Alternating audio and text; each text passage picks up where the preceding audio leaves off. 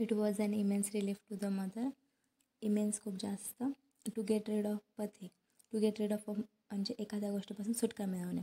She had prejudice against the boy. Prejudice म्हणजे पूर्वग्रह असणे. एखाद्या गोष्टीबद्दल आधीच डोक्यामध्ये काहीतरी कल्पना घेतल्यामुळे पुढच्या सगळ्या गोष्टींबद्दल विचार करताना तीच गोष्ट सगळीकडे लागू करणे. And no love was lost between the two brothers. Phatik जरी मामाच्या घरी राहायला गेला तरी दोन्ही भावांमध्ये काहीच फरक पडणार नाही, कारण त्यांच्या नेहमी भांडणंच होत राहतं असं त्यांच्या आईला वाटत असतं. She was in a daily fear that he would either drown Makhan someday in the river. Drown म्हणजे बुडवणे. आईला नेहमी भीती वाटत होती की एखाद्या दिवशी पथिक माखनला नदीमध्ये बुडवून येईल. Or break his head in a fight. किंवा भांडण करताना त्याचं डोकं फोडेल. Or run him in to some danger or other. किंवा त्याला एखाद्या अडचणीत आणेल किंवा आणखी काहीतरी. At the same time she was somewhat distressed to see Pathik's extreme eagerness to get away. ती हा सगळा विचार करत होती की तो जरी मामाकडे गेला तरी दोघं भावांमध्ये काही फरक पडणार नाही. तो नेहमी त्याला त्रासच देत असतो. त्यांचे नेहमी भांडणं होत असतात. तरीसुद्धा दुसऱ्या बाजूला तिला पथिकला मामाकडे जायची उत्सुकता बघून तिला थोडंसं टेन्शन आलं की पथिकला मला सोडून मामाकडे जायला पथिक इतका उत्सुक का बरं आहे. Pathik as soon as all was settle. पथिकने त्याची सर्व तयारी केली होती. Kept asking his uncle every minute when they were to start. तो प्रत्येक क्षणाला मामाला विचारत होता की आपण कधी निघणार आहे. He was on pins and needles. On pins and needles म्हणे त्याचा अर्थ असा होतो की एखाद्या गोष्टीसाठी पायजमिनीवर न राहणे. पथिक he was on pins and needles all day long with excitement. त्याचे पाय जमिनीवर राहत नव्हते. त्याला असं वाटत होतं की कधी आपण निघणार आणि मामाच्या घरी जाणार. अँड ले awake most of the nights. तो रात्री त्याला झोप येत नव्हती. तो नेहमी जागाच राहत होता. त्याला मामाकडे जायची खूप जास्त घाई झाली होती. ही बेक्वेट टू माखन. बेक्वेत म्हणजे देऊन टाकणे. त्याने माखनला काय देऊन टाकलं. इन परपेट्युटी. कायमचं देऊन टाकलं. आता लहान मुलाकडे खेळण्याच्या काय वस्तू असणार आहे. His fishing rod, his big kite and his marbles. त्याची पतंग, त्याचं मासं पकडण्याची गळ, त्याच्याकडे असणाऱ्या गोट्या सगळं त्याने त्याच्या भावाला कायमचं देऊन टाकलं. Indeed at this time of departure. Departure म्हणजे वेगळे होणे. ही generosity towards Makhan was unbounded. आणि जेव्हा खरंच निघण्याची वेळ आली तेव्हा त्याला माखनबद्दल खूप दया वाटत होते. त्याला भांडण करावं असं वाटत नव्हतं. When they reached Calcutta. जेव्हा ते कलकत्त्याला पोहोचले. Pathik made the acquaintance of his aunt. जेव्हा ते मामाकडे गेले तेव्हा त्याने मामीला पहिल्यांदा पाहिलं. त्यांचा पहिल्यांदा परिचय झाला. ॲक्वेंटन्स म्हणजे परिचय. For the first time. She was by no means pleased. Pleased म्हणजे आनंद होणे. पथिकला घरी आलेलं पाहून मामीला अजिबात आनंद झाला नाही. With this unnecessary addition to her family. तिला स्वतःची 3 मुलं असताना मामाने पथिकला पण त्यांच्या फॅमिलीमध्ये ॲड केल्यामुळे ती नाराज झालेली होती. She found her own 3 boys quite enough to manage without taking anyone else. तिला स्वतःचेच 3 मुलं सांभाळणं अवघड जात होतं, कमवणारी एकच व्यक्ती असल्यामुळे. And to bring a village lad of 14 into their midst was terribly upsetting. आणि एका 14 वर्षाच्या मुलाला त्यांच्या फॅमिलीमध्ये आणल्यामुळे ती खूप अपसेट झाली होती. Bishambar should really have thought twice before committing such and indiscretion. Indiscretion म्हणजे अविवेकी न्यायपद्धत. बिशंबरने पथिकला स्वतःच्या घरी आणण्याचा जो विचार केला होता तो ह्या ठिकाणी चुकीचा ठरतो. त्याला त्याच्या बहिणीचं प्रॉब्लेम सॉल्व करायचे होते, पण तरीसुद्धा त्याच्या पत्नीला पथिक घरी आलेला आवडला नाही, कारण कमवणारी एकच व्यक्ती होती आणि त्यांचं स्वतःचे सुद्धा 3 मुलं होते. आत्तापर्यंत आपण गोष्टीमध्ये असं बघितलं की पथिक आणि माखनचे जेव्हा भांडणं होत होते तेव्हा आई माखनची बाजू घ्यायची. त्यामुळे पथिकला जेव्हा मामाने विचारलं माझ्यासोबत येतो का असं, तेव्हा पथिक कलकत्त्याला जाण्यासाठी खूप इंटरेस्टेड होता. पण ते जेव्हा कलकत्त्याला पोचले तेव्हा गोष्टीमध्ये एक ट्विस्ट आला. त्याच्या मामीला त्याच्या येण्यामुळे आनंद झाला नाही. पथिकच्या मामाने जरी शिक्षणाचा विचार करून त्याला कलकत्त्याला आणलं होतं तरीसुद्धा मामीला त्याचं येणं आवडलं नाही, कारण त्याचं वय. आता याच्या पुढच्या 3ही पॅरेग्राफमध्ये सभोवतालच्या लोकांना एक टीनेज मुलगा जो खूप लहान पण नाही आणि अगदी समजूतदार असा मोठा पण नाही असा 14 वर्षाचा मुलगा समाजाच्या दृष्टिकोनातून कसा आहे याचं वर्णन दिलेलं आहे.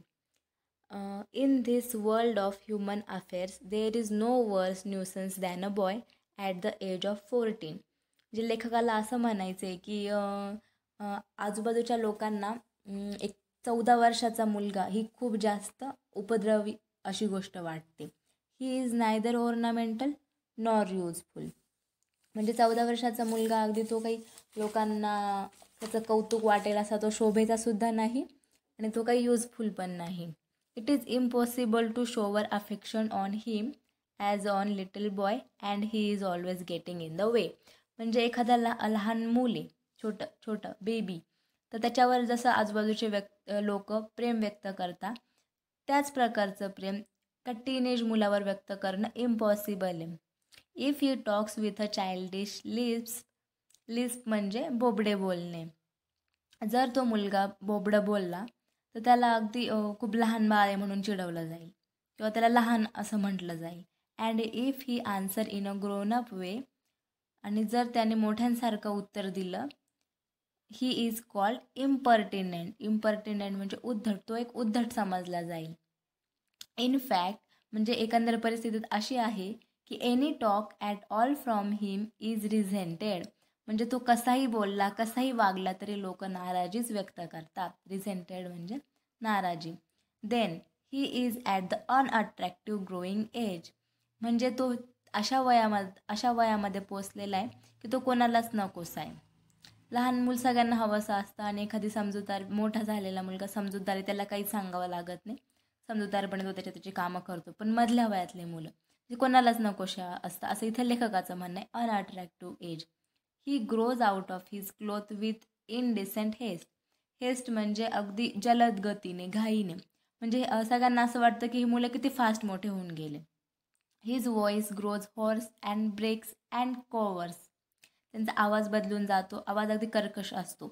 इथे लेखकाला असं सांगायचं की लहान मुलांचं बोबडं बोलणं, त्यांचा कोमल आवाज सगळ्यांना हवा असं वाटतो. पण ह्या वयातील मुलांचा आवाज कर्कश झालेला असतो. सगळ्यांना असं वाटतं ते खूप फास्ट वाढून गेले.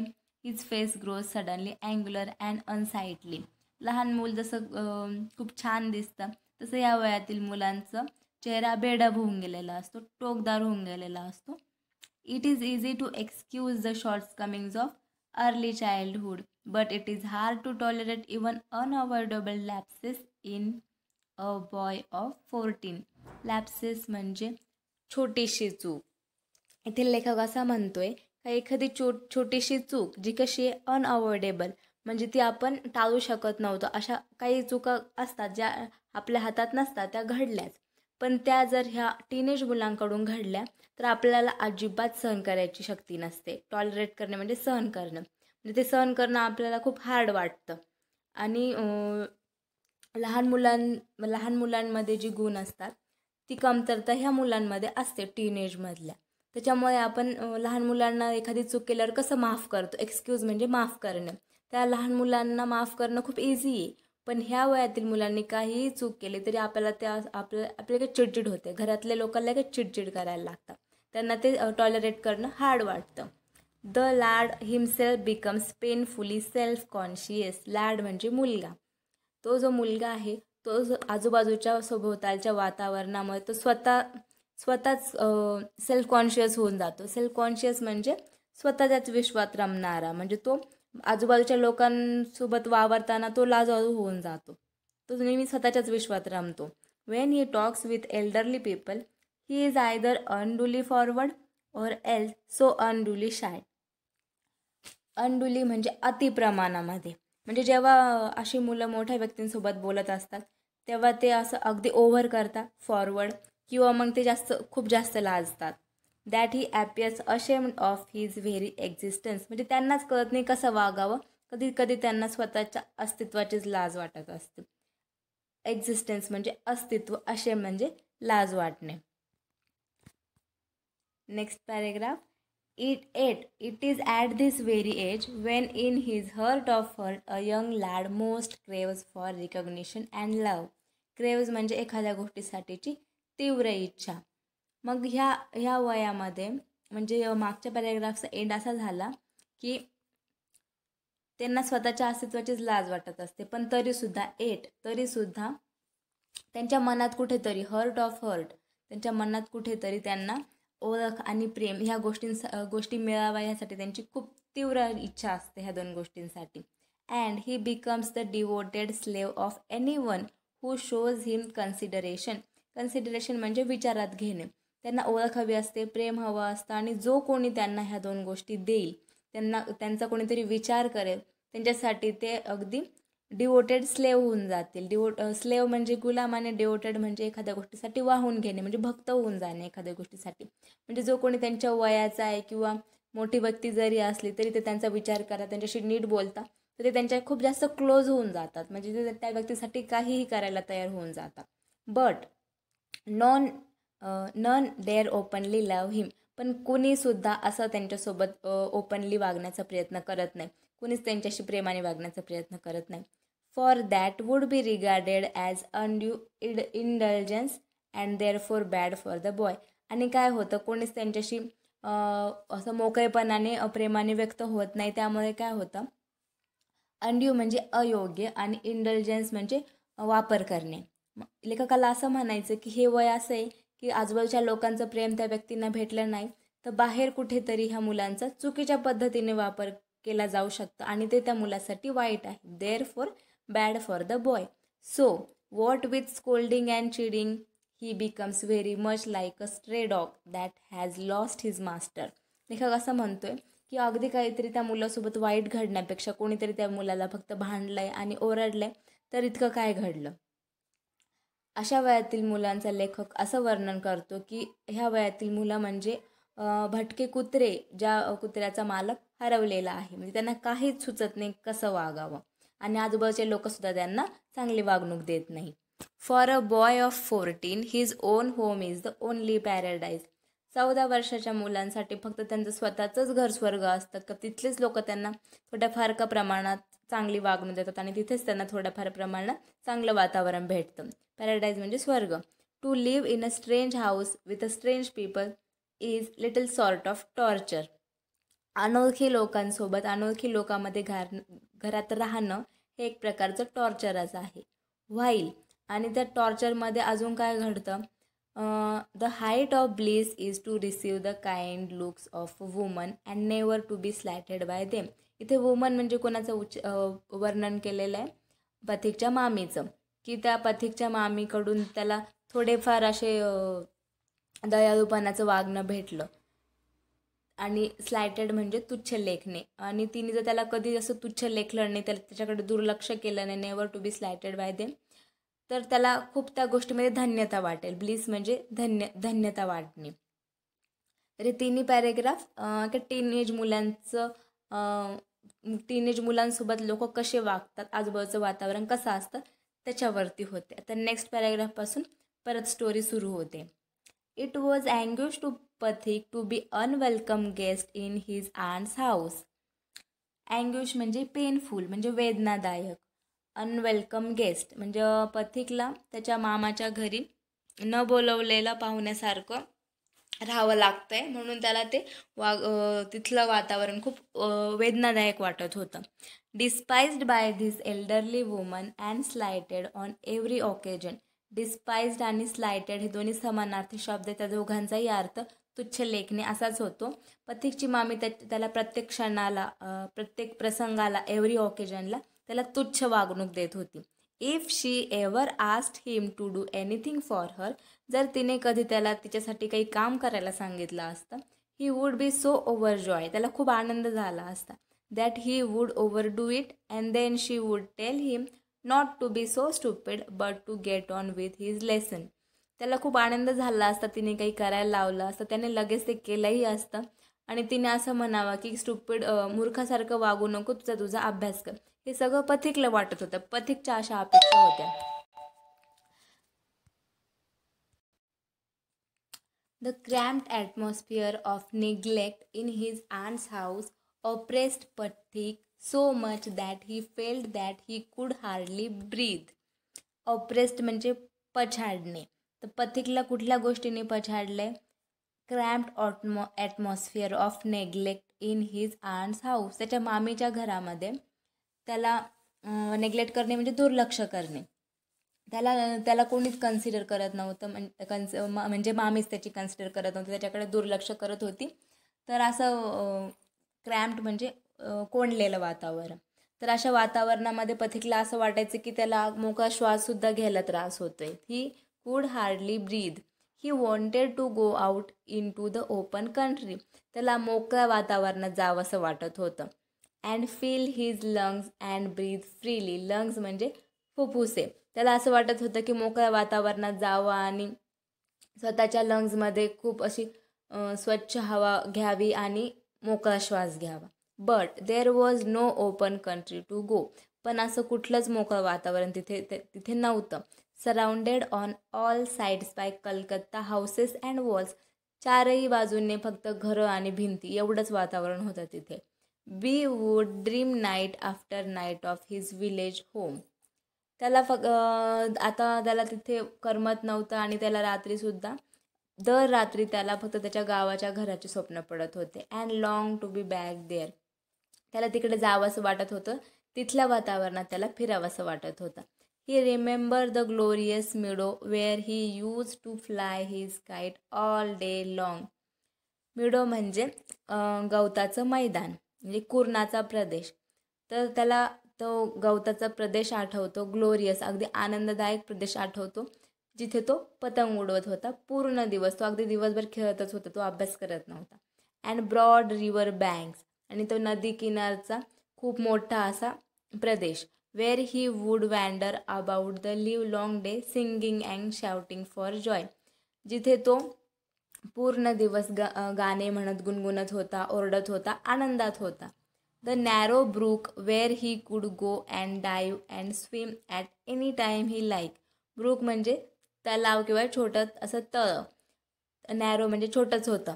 तर तिथे तो त्याला वाटेल तेव्हा at any time he like. त्याला जेव्हा वाटेल तेव्हा तो जात होता, त्यात उडी मारत होता, पोहून येत होता. He thought of his band of boy companions over whom he was despot. आपण गोष्टीच्या स्टार्टिंगलाच बघितलं की पथिक गावातील टोळक्याचा म्होरक्या होता, तो एक रिंग लीडर होता. तर इथे त्याला त्याच्या सहकाऱ्यांची आठवण येते, त्याचे जे सोबतचे मित्र होते, band of boy companions. Over हुम त्या मुलांवर तो राजासारखं त्यांना तो वागवत होता. ही वॉज डेस्पॉट. डेस्पॉट म्हणजे सत्ताधीश.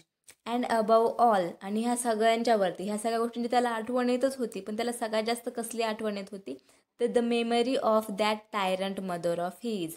टायरंट म्हणजे जुलमी. इथे जुलमी शब्द आला असला तरी त्याला ह्या सगळ्या गोष्टींमध्ये त्याला त्याच्या आईची आठवण येत होती. Who had such a प्रिजुडाईस against हिम. प्रिजुडाईस म्हणजे पूर्वग्रह. तिच्या डोक्यामध्ये पथिकबद्दल पूर्वग्रह होते की हा फक्त त्रासदायक आहे आणि हा माखनलासुद्धा नेहमी अडचणीत आणतो. Occupied him day and night. त्याला दिवस रात्र फक्त ह्याच विचाराने त्याला ग्रासलेलं होतं. A kind of physical love like that of animals. A longing to be in the presence of one who is love. Longing म्हणजे फिरण्याच्या वातावरणामध्ये फिरणे.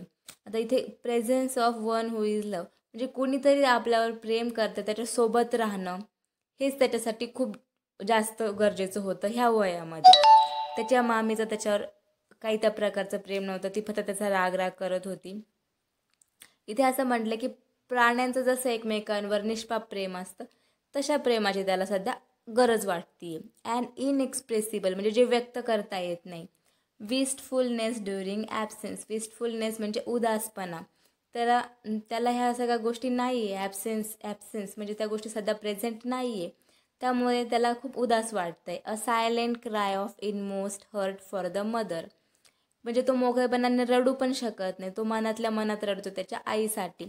Like the lowing of a calf in the twilight. आणि त्याचं रडणं कसं आहे, लोविंग म्हणजे हांबरणे, काफ म्हणजे वासरू आणि ट्वायलाईट म्हणजे संध्याकाळच्या वेळी.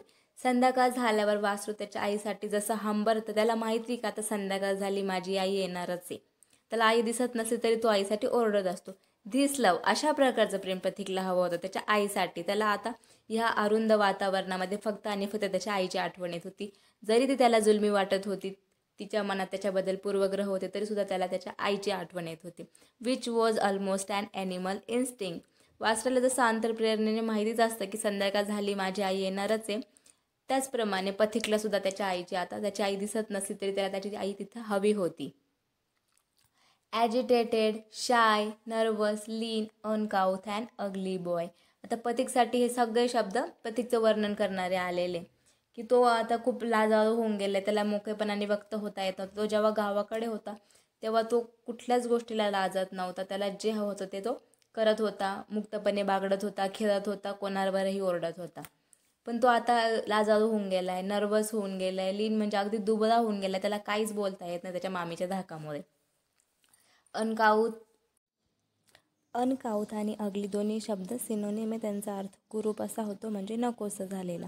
No one could understand it but it preyed upon his mind continuously. पथिकला कोणीच समजून घेत नव्हतं, पण तो सतत ह्याच विचारांना बळी पडत होता. त्याच्या मनात नेहमी नेहमी हेच विचार येत होते. There was no more backward boy in the whole school than Pathik. आता पथिकचा शाळेमध्ये त्याची परिस्थिती कशी आहे, घरची परिस्थिती बघितली, शाळेतली परिस्थिती आता ह्या पुढच्या पॅरेग्राफमधून आता इंट्रोड्यूस होते. तर पथिकच्या शाळेमध्ये खूप मोठा असा मुलगा होता, backward boy in the whole school. He gaped and remain silent when the teacher asked him a question. म्हणजे तो सगळ्यांपासून लांबच राहायचा आणि जेव्हा टीचर काही क्वेश्चन विचारायचे तेव्हा तो काहीच उत्तर देत नव्हता. Like and overladen as patiently suffered all the blows that came down on his back. Overladen as म्हणजे असं गाढव ज्याच्या पाठीवर खूप जास्त ओझं लादलेलं आहे, असा पथिक शाळेमध्ये वागत होता. आणि पेशंटली सफर्ड म्हणजे तो अगदी शांतपणे सहन करत होता. काय सहन करत होता? त्याला त्याच्यासोबतचे जे मुलं त्याच्या मागे बसलेले असते ते त्याला बुक्क्या मारत होते, तो काहीच म्हणत नव्हता. म्हणजे त्याला शाळेतले मुलं खूप त्रास देत होते आणि तो शाळेत खूप मोठाही होता. When other boys were out at play, जेव्हा बाकीचे मुलं खेळत असायचे, he stood wistfully by the window. तो खिडकीजवळ उदासपणे उभा राहायचा, wistfully. And gazed at the roof, आणि घराच्या छतांकडे बघायचा. गेज म्हणजे पाहणे. ऑफ द डिस्टंट हाऊसेस म्हणजे दूरपर्यंत त्याला जितके घरांचे छतं दिसतील तिकडे तो पाहत राहायचा आणि खेळायला जायचा नाही मुलांसोबत. अँड इफ बाय चान्स, आणि जर चुकून कधीतरी, he espied children playing on the open terrace. Espy म्हणजे पाहणे. एखाद्या गच्चीमध्ये त्यांनी मुलांना खेळताना पाहिलं. His heart would ache with longing. त्याचं हृदय खूप भरून यायचं, त्याला खूप त्रास व्हायचा त्या गच्चीत खेळणाऱ्या मुलांना बघून. वन डे ही समन अप ऑल हिज करेज. समन अप म्हणजे बोलावून घेणे. म्हणजे इथे आपण अर्थ असं घेऊ की त्याने त्याचं सगळं धैर्य एकत्र केलं आणि आस्क हिज अंकल, काय विचारलं? Uncle when can I go home, की मामा मी कधी घरी जाऊ शकतो? His uncle answered wait till the holidays come. तर मामा म्हणताय की सुट्ट्या येईपर्यंत वाट बघ. But the holidays would not come till November and there was a long time still to wait. नोव्हेंबरपर्यंत सुट्ट्या लागणार नाही, म्हणजे अजून खूप जास्त वेळ आहे घरी जाण्यासाठी. One day Pathik lost his lesson book. आता एके दिवशी काय होतं, पथिकचं पुस्तक हरवलं. Even with the help of books he had found it very difficult indeed to prepare his lesson. जेव्हा त्याच्याकडे पुस्तक होतं तरी त्याला अभ्यास करणं खूप अवघड वाटत होतं. तो इतका हुशार नव्हता.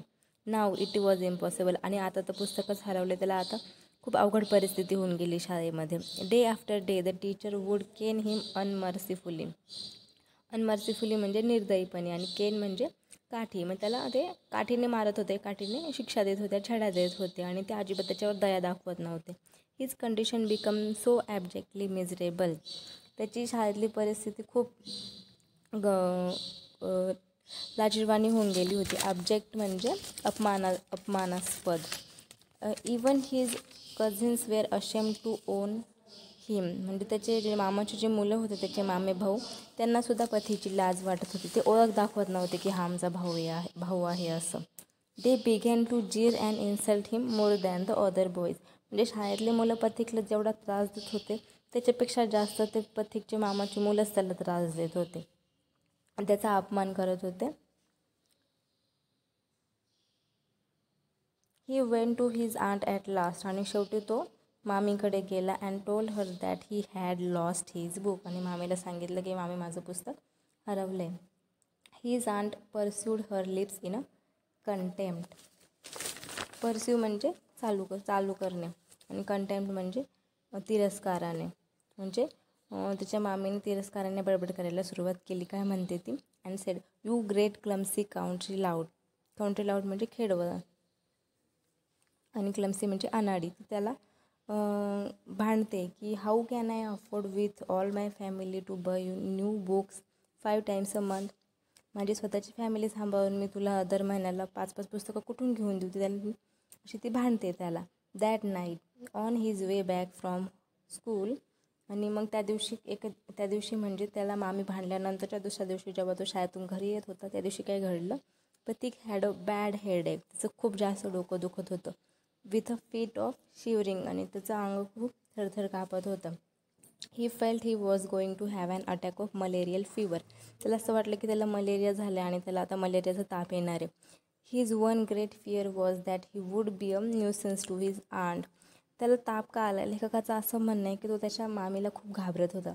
त्याच्या मामीच्या धाकामुळे त्याला ताप आला. मामीसाठी तो एक न्यूसन्स होता, उपद्रव होता. द नेक्स्ट मॉर्निंग त्याला रात्री ताप आला आणि तो झोपून गेला असणार. The next morning Pathik was nowhere to be seen. पण सकाळी तो कोणालाच दिसला नाही. शाळेतही नाही आणि कुठेच नाही. All searches in the neighbourhood proved futile. Futile म्हणजे व्यर्थ. म्हणजे शेजारी पाजारी सगळीकडे शोध घेतला पण व्यर्थ.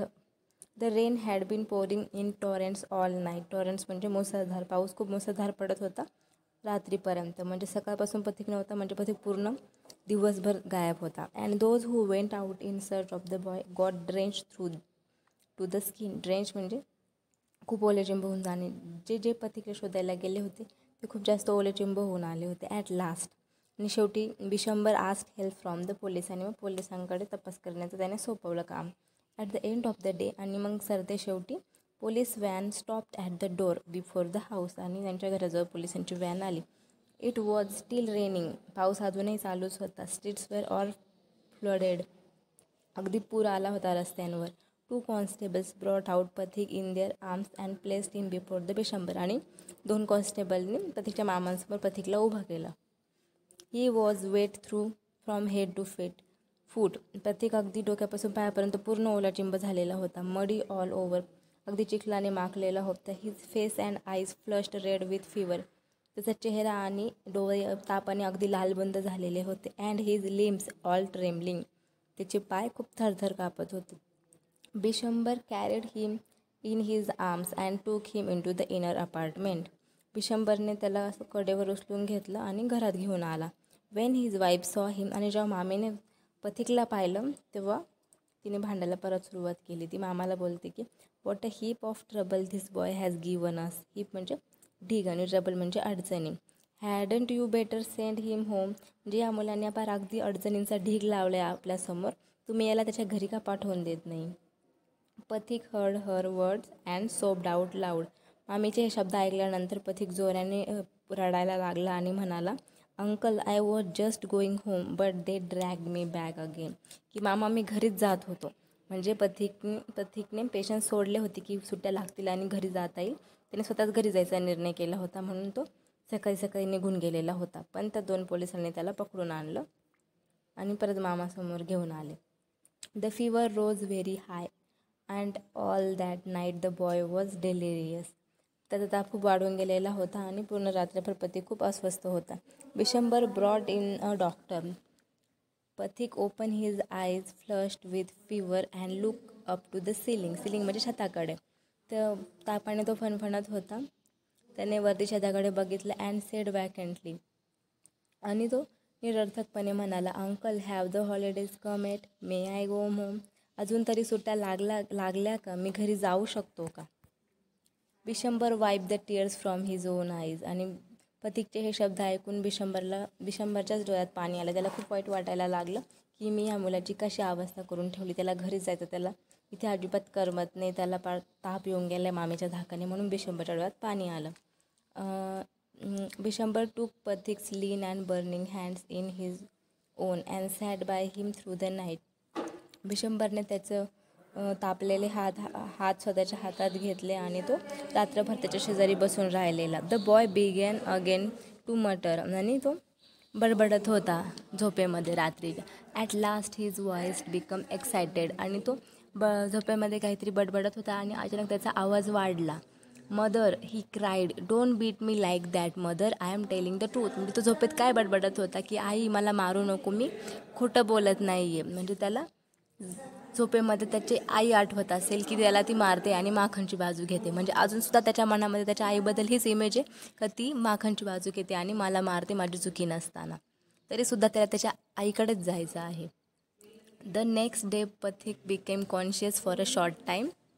ही turn his eyes about the roof as if expecting someone to come. आणि दुसऱ्या दिवशी मग रात्रभर झोपेत बडबड केल्यानंतर सकाळी जेव्हा तो उठला तेव्हा तो काही शॉर्ट टाईमसाठी तो भानावर आला आणि त्याने त्याचे डोळे पूर्ण रूममध्ये इकडे तिकडे बघितलं, डोळे फिरवून बघितलं. तो कोणाची तरी येण्याची अपेक्षा करत होता. एक्सपेक्टिंग समवन टू कम म्हणजे त्याला असं वाटत होतं की माझी आई आली आहे का. At last with an air of disappointment his head sank back on the pillow. त्याने इकडे तिकडे बघितलं पण त्याला कोणीच दिसलं नाही आणि डिसअपॉइंटमेंट त्याचा अपेक्षाभंग झाल्यामुळे त्याने परत त्याची मान उशीवर टाकून दिली. He turn his face to the wall with a deep sigh. आणि त्याने त्याचा चेहरा भिंतीकडे वळवून घेतला म्हणजे त्याने बाकी रूमकडे पाठ करून दिली आणि एक मोठा श्वास सोडला.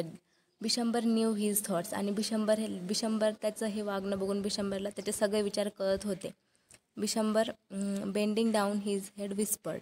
म्हणजे बिशंबर पथिकजवळ गेला तिथे त्याच्याजवळ वाकून त्याला हळूच म्हणाला की पथिक, I have sent for your mother.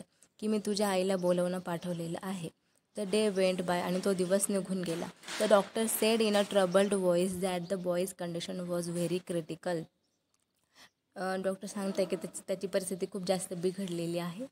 पथिक बिगॅन टू क्राय आऊट. आणि पथिक झोपेमध्ये परत ओरडायला लागला. By the mark 3 fathoms, by the mark 4 fathoms, by the mark. आता पथिक जेव्हा गावाकडे होता तेव्हा तो त्याचा पूर्ण दिवस मैदानात किंवा नदीकिनारी घालवत होता.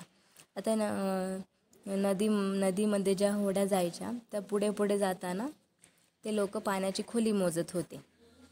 तर फॅथम्स हे पाण्याची खोली मोजण्याचं एक माप आहे. मग 3 फॅथम्स 4 फॅथम्स हे त्याला ते झोपेमध्ये आठवत होतं आणि तो सुद्धा तेच बोलत होता झोपेमध्ये. त्याला म्हणजे तो जेव्हा अनकॉन्शियस होऊन जातो, बेशुद्ध पडून जातो, तेव्हा त्याला असं वाटतं की मी गावालाच आहे. He had heard the seller on the river steamer calling out the mark on the plum line. त्याने हे सगळे शब्द सेलर म्हणजे नावाडी त्या नावाड्यांकडनं ऐकलेले होते. नाव he was himself plumbing unfathomable sea. Fathom म्हणजे खोली मोजण्याचं एक माप आहे. आता इथे लेखक काय म्हणतोय की तो झोपेत हे असं म्हणतोय माप मोजतोय. तर लेखकाचा सांगण्याचा उद्देश असा आहे की पथिक स्वतः ही वॉज हिमसेल्फ तो स्वतः अनफॅथमेबल सी म्हणजे अगदी अशा समुद्राची खोली मोजता येणार नाही अशा समुद्रामध्ये तो स्वतः साधा बुडालेला आहे. Later in the day Pathik's mother burst in to the room like a whirlwind. Whirlwind म्हणजे वादळ. दुसऱ्या दिवशी पथिकची आई अगदी वादळासारखी त्या खोलीमध्ये आली. तिला कळल्यानंतर की पथिकला बरं वाटत नाही. And began to toss from side to side and moan and cry in a loud voice. ती पथिकला सगळीकडे हात लावून बघत असेल आणि ती जोरजोराने ओरडायला लागली, रडायला लागली. बिशंबर ट्राय टू काम हर एज्युटेशन म्हणजे कासावीसपणा. बिशंबरने तिला शांत करण्याचा प्रयत्न केला. But she flung herself on the bed and cried Pathik my darling my darling. तिने स्वतःला त्या बेडवर झोकून दिलं पथिककडे आणि ती पथिकला पहिल्यांदा प्रेमाने हाक मारत होती. पथिक stopped his restless moment for a moment. आणि पथिक जो तापाने फणफणत होता, अगदी अस्वस्थ झालेला होता, तो काही क्षणासाठी थांबला. His hand ceased beating up and down. He said आणि त्याने त्याचे हात थांबवले आणि तो म्हणाला की म्हणजे त्याने फक्त होकार दिला. त्याला जास्त बोलता येत नव्हतं तापामुळे. द मदर क्राईड अगेन पथिक माय डार्लिंग माय डार्लिंग. त्याची आई त्याला प्रेमाने हाका मारत रडतच होती. पथिक very slowly turn his head. आणि त्याने हळूहळू त्याचं डोकं इकडे फिरवलं. तो भिंतीकडे तोंड करून झोपलेला होता. Without seeing anybody. त्याने कोणाकडेच बघितलं नाही आणि त्याने आईकडे सुद्धा बघितलं नाही. आणि तो म्हणाला की मदर द हॉलिडेज हॅव केम. त्याने फक्त त्याच्या आईचा आवाज ऐकला आणि त्याला असं वाटलं की मी गावालाच आहे. त्याला आजूबाजूची परिस्थितीची जाणीव होत नव्हती. तो तापाच्या ग्लानीमध्येच होता. त्याने त्याच्या आईचा आवाज ऐकला की आईने त्याला प्रेमाने हाक मारली आणि तो आईला म्हणतो की आई सुट्ट्या आल्या म्हणजे मी घरी आलो आहे. तर गोष्ट अशी होती की पथिकचा घरी येण्याचा प्रवास, द होम कमिंग. म्हणजे त्याला त्याचं घर आवडत नव्हतं, पण जेव्हा तो त्याचं घर सोडून दुसरीकडे गेला आणि दुसरीकडे त्याला कोणीच प्रेम दाखवत नव्हतं, तेव्हा त्याला जाणीव झाली की माझं खरं घर आई जिथे आहे तिथेच आहे. तर त्याला इथे जाणवत नाही आजूबाजूची परिस्थिती, की मी मामाच्या घरी कॉटर तापाने फणफणत पडलेला आहे. त्याने फक्त आईचा आवाज ऐकला आणि तो म्हणतो की त्याला असं वाटलं की मी घरी आलो आहे, म्हणून तो म्हणतो की mother the holidays have come.